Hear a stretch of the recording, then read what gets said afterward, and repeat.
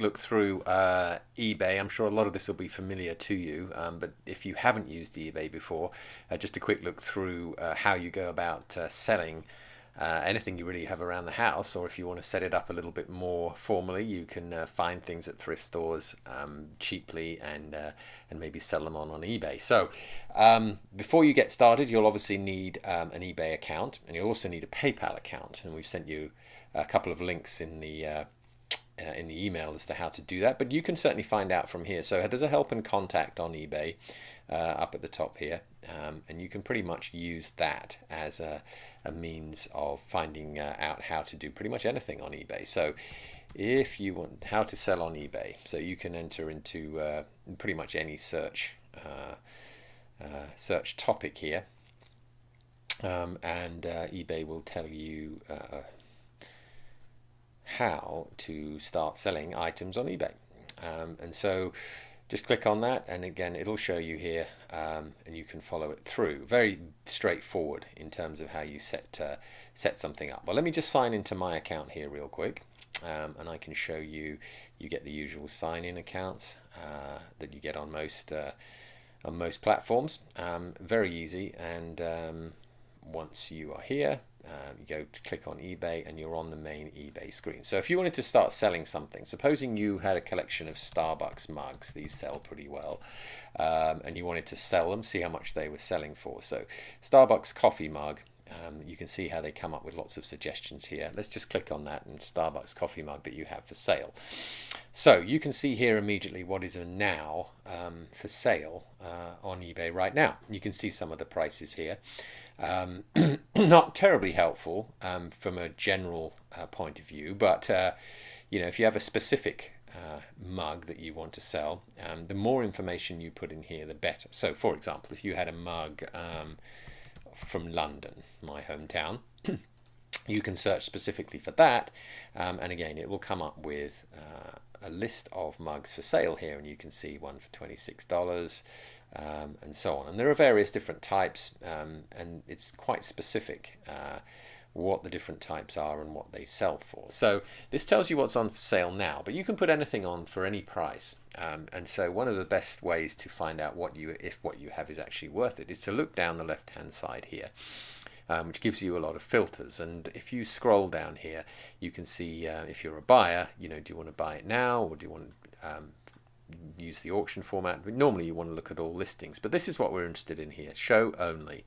So if you want to look at everything that's sold in the last month or two, just click on sold listings here, and now it will bring you up everything that has been sold recently. So you can see January 24th, January 24th.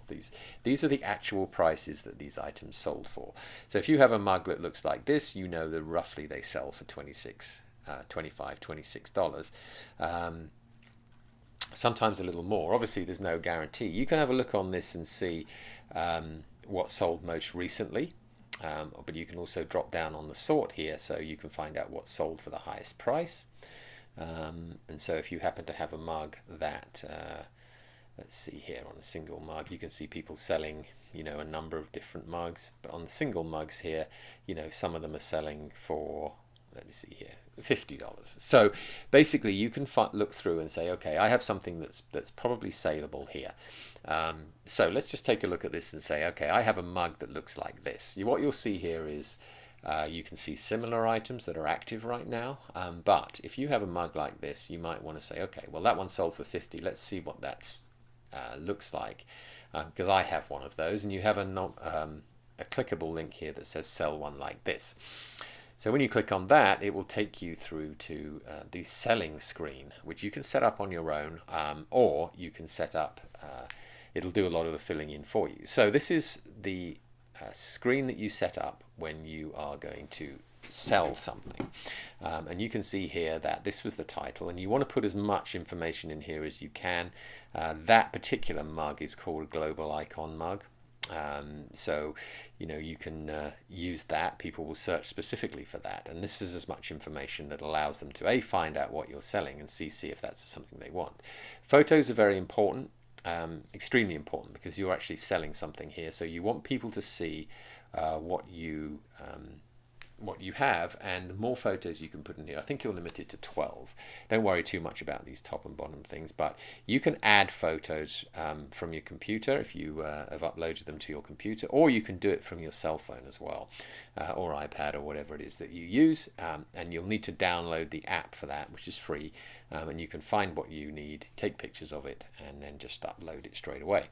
Here you will find a detail section, which again helps people to find what you're looking for. So what they're looking for. So you have a condition here, which is new or used, fairly obviously, and these are fairly self-explanatory. So the brand here, you would enter in Starbucks, type of advertising, promotional, whatever. You can, as much as you can, put in there so that people know what they find, because people will search as we searched at the beginning of this video. So, and the detailed description here is also important, and it particularly let people know the condition, let people know if there's any cracks, chips, whatever. People want to know that. They don't want to find something when they get it is not how you described it. So be as honest as you can there.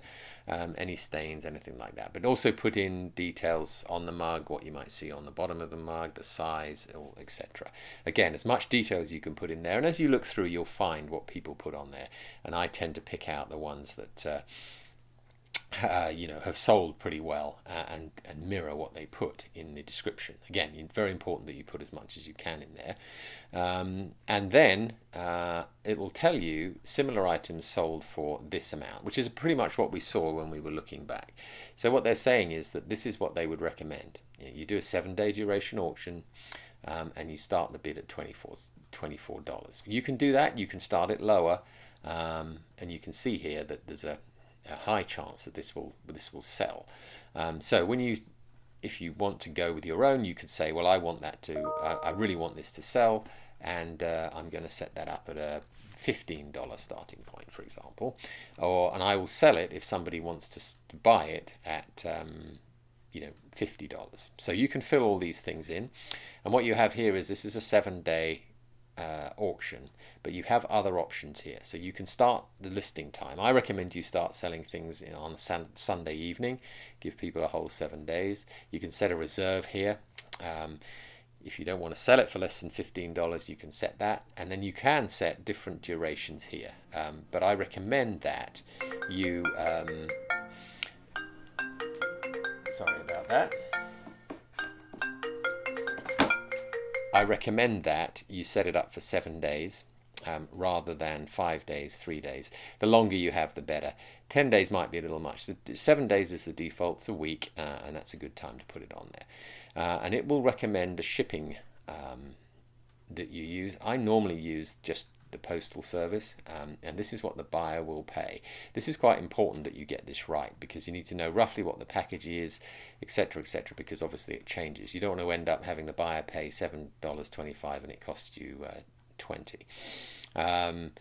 You can ship it overseas if you want, and all of these things are fairly self-explanatory. Once you've completed all that, it's simply a case of list it, and then it will appear on eBay for people to see, and that's really all there is to it. Once somebody has actually bought something, you will go through a process where the eBay will tell you that somebody has bought it. Let me see if I can just find something here just to briefly show you that. Sorry, click on my eBay. This will keep track of items. So I sold something here. This is what you will see. The price it was sold for, when you sold it, and these are important here. This will tell you, this item here will tell you that the buyer has paid for it. This will tell you that you've shipped it, and this is feedback that you get from the buyer. So it's important that you don't ship anything until you see that they've paid for it, obviously. And when you do that, you can go through the process here of paying for postage and shipping it, and eBay will produce the label, the packaging label, postage label I should say, and it's fairly self-explanatory from there. Again, if you have any questions on how to ship it, you can go to the help and contact, and that's pretty much it. It's quite good fun. You can see a ton of stuff is on there. Do the research, find out what things sold for, and good luck and have fun with it, and put everything that you sell into PayPal, and it'll go towards your goal of a great trip and traveling. So that's a little bit of a really quick run through eBay. It's very easy. It's self-explanatory. They make it very easy, and have fun with it.